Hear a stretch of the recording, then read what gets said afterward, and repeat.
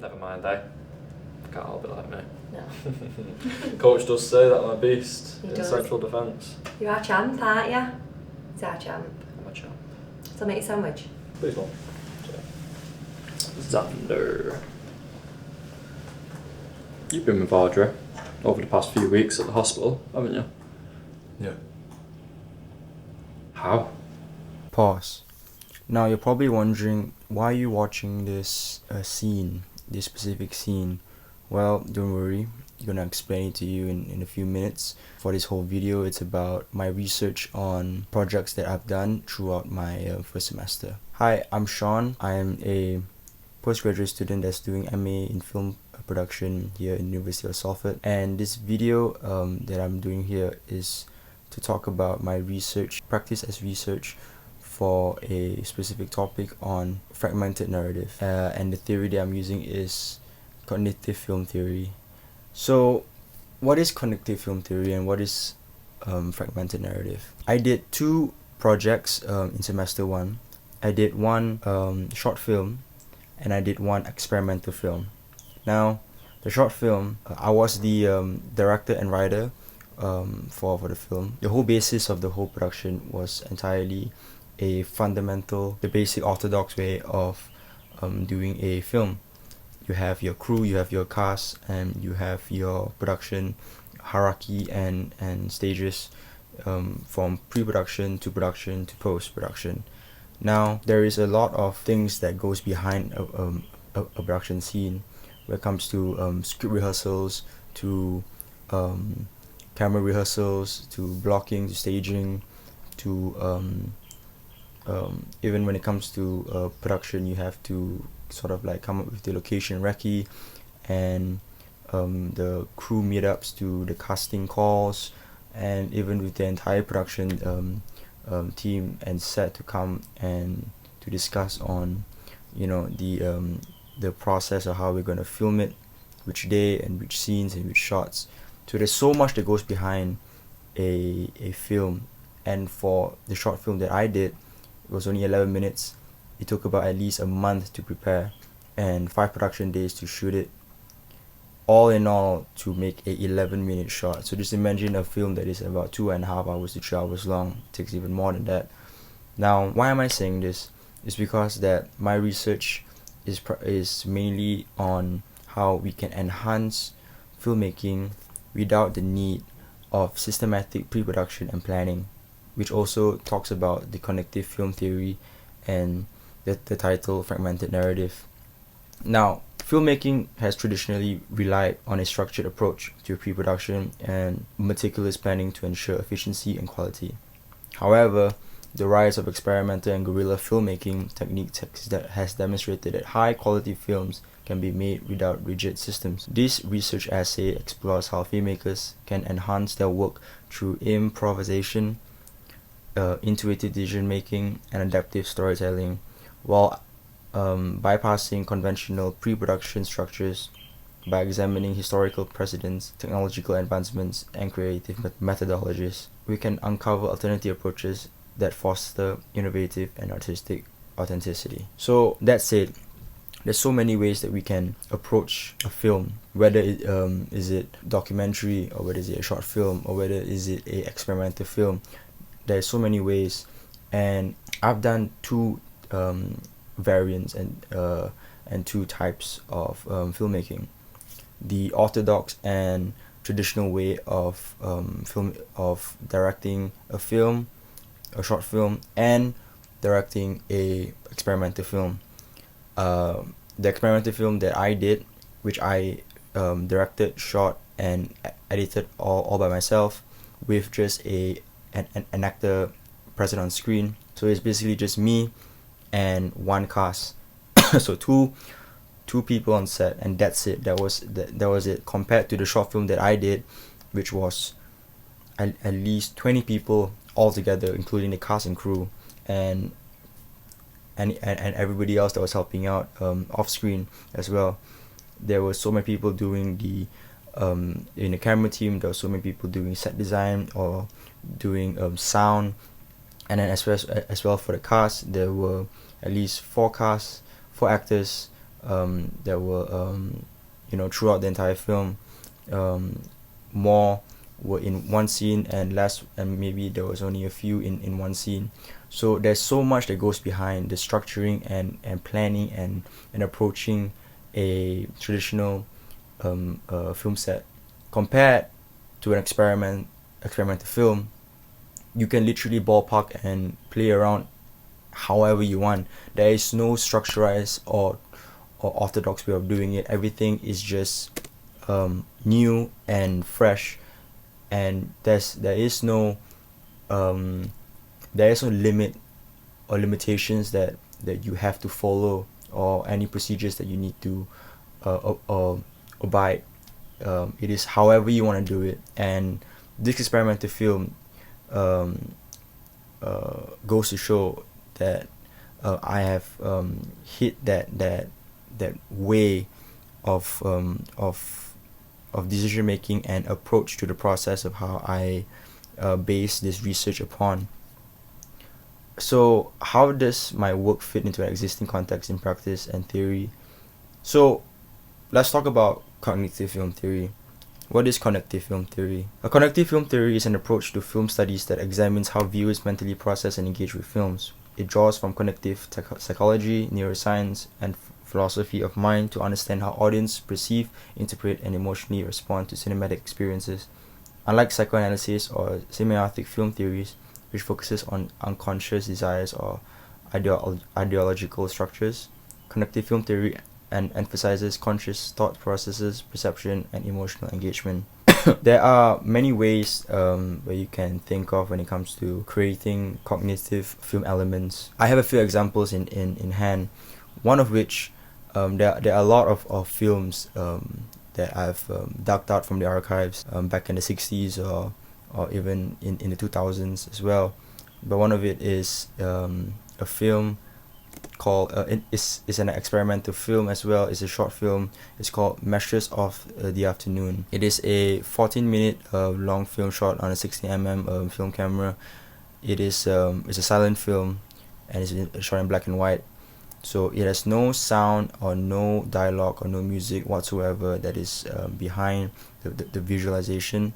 It is merely visual storytelling on its own, with slow camera pacing, movement with pan and tilts, character movement, and with different frames and even the structure and the pacing of the film itself. It's so unique, it's so avant-garde. These are the films that doesn't really have a structure, but it's how the audience interpret and perceive its notion on how they see fit. Another example is a film that I kind of admire, Asian cinema. It's called Goodbye Dragon Inn. It is a feature film, but it's very unique in its own way, because most of the frames that were shot were all wide shots and full shots. So there wasn't a lot of movement compared to the previous previous short film. Everything here you see is very stagnant. It's very still. A film that talks about the daily lives of people that goes to cinemas and have their own thought-provoking process. Really, it is its own way of thinking. In the cinema world, there doesn't have to be a answer. There is no right or wrong answers when it comes to interpretation or perceiving an idea or a motive. So that's one of it. Also, another example is one of my favorite directors, which is Sean Baker. When you think about indie filmmakers, you think about Sean Baker, because he is the number one indie filmmaker that has done his work primarily based on indie filmmaking, and its way, and the way he does it is such little to no budget filmmaking. And a movie that he did was called Tangerine. Literally the entire film was shot on an iPhone. I can't remember what iPhone was it, but was literally shot on an iPhone. When you watch the film, obviously with like color grading and editing, the editing process in post, it feels like it wasn't really shot on a phone, but it actually is, as you can tell with the focus and the whole with the shadows and the depth in field. It's not really a film camera type movie, but still everything was shot on a phone, so you could tell like the budget was so low. It's such a guerrilla style film set. Everything was in a natural set with natural lighting, and actors that will probably probably improvise their lines 80% of the time. So yeah, that is one of the examples of how we can approach cognitive film theory in a way where not a lot of high budget films in today's time uses. Another film that everybody knows is Blade Runner.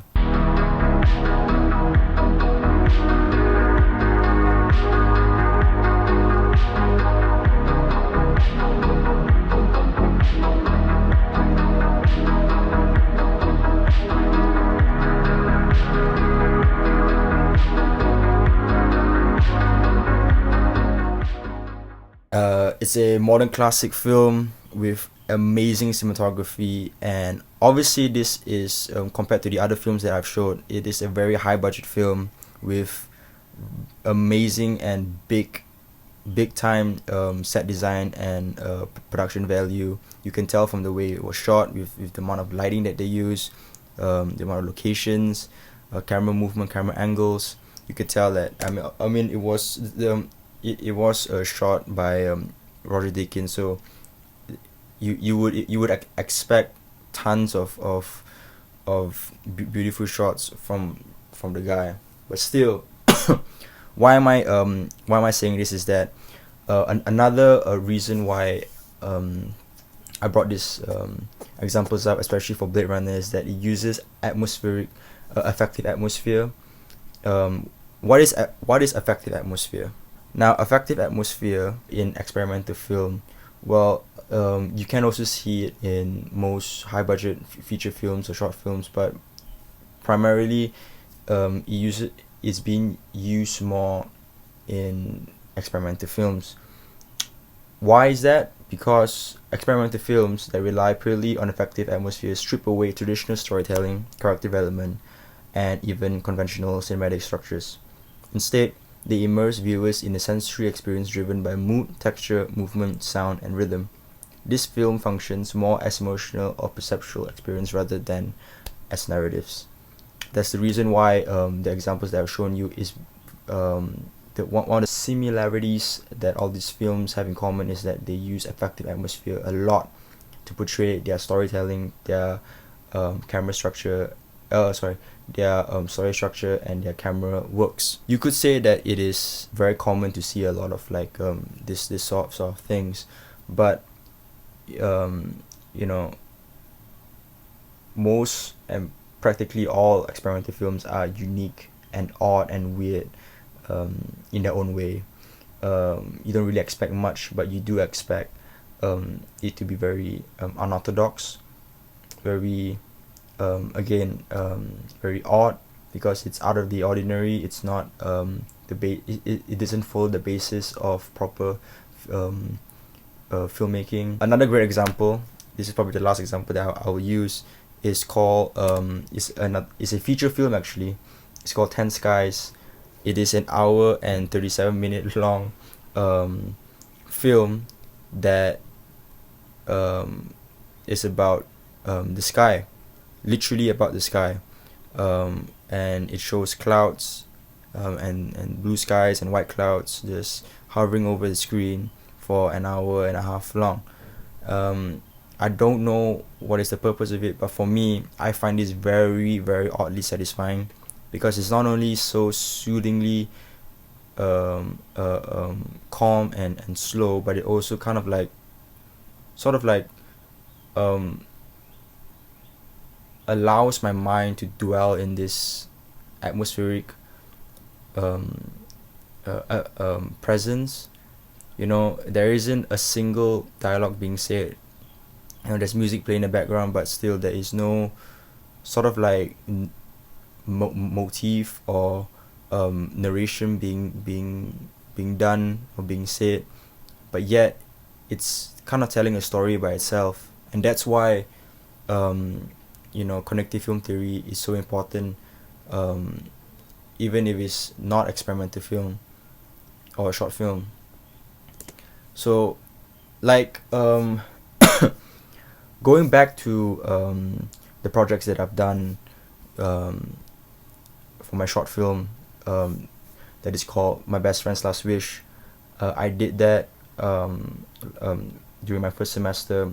I had about 15 to 20 people on set, including cast and crew and everyone, and I used practically every orthodox way of how a director should approach a short film, by writing a script and going through script rehearsals and rewriting it and doing drafts and different drafts, and then finding your cast and doing rehearsals with them and setting up dates to do blocking and staging for the scene staging, and then talking to your crew and getting with your camera team and setting up the camera works and finding good camera lenses and everything, etc. So, and even behind the scenes you can see is that there's like so many things going on with like the camera team trying to figure out which angle to shoot and trying to set trying to fix the set design and putting elements in the premise of the room or the area so that we can shoot it in a way. There's so much going on, there's so much production value that's happening and movement that is being played even off screen. But compared to my second project which I did for my experimental film, it had none of that. It had zero production value. It had zero it was a zero budget film. I mean, if you don't take into account of the food that we had, literally it was just me, the director was also the cameraman and the editor, and with another person which was the actor. God bless his soul. I was very lucky that he accepted the role, because I explained it to him, and it wasn't a pleasing role to play, because there was a lot of things that he had to do. He had to stand literally in the middle of the frame, in the middle in public as well, dressed as that, such a vibrant color, and just to stand there without anything else to do. He just had to sit. He just had to stand there and act nonchalant as possible as he can.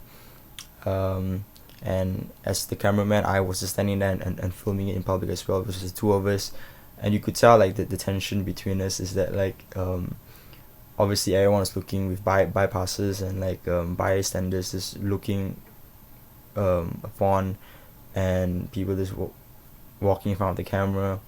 It was meant to be that way. The style of it was going to be super guerrilla and super on the nose shooting.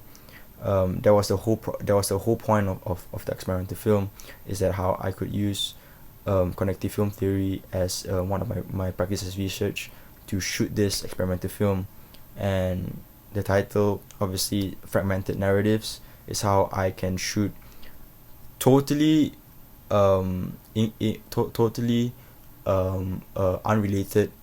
segments of shots that I collage all together into one whole linear storytelling. But yet again, none of these shots correlate well together, but it's up to the audience, up to you guys to interpret and comprehend and perceive your own ideology and own methods of imagination into these shots. It is my job as a director, as a filmmaker, is to just create these scenes for you so that you can for yourself figure out what is going on behind this whole understanding of movement, of what is going on screen as it is. And one of the many key concepts of cognitive film theory is that it explains how audience actively construct meaning, and how it connects film studies with psychology and neuroscience, and it also enhances our understanding of emotion in film. It provides insights into fragmented and non-linear narratives, challenges outdated theories like psychoanalysis and semiotics.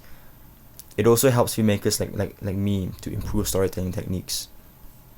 And there's so many more examples out there, but the ones that I've shown you are one of the most closest and effective usage of cognitive film theory and fragmented narrative that I could possibly find.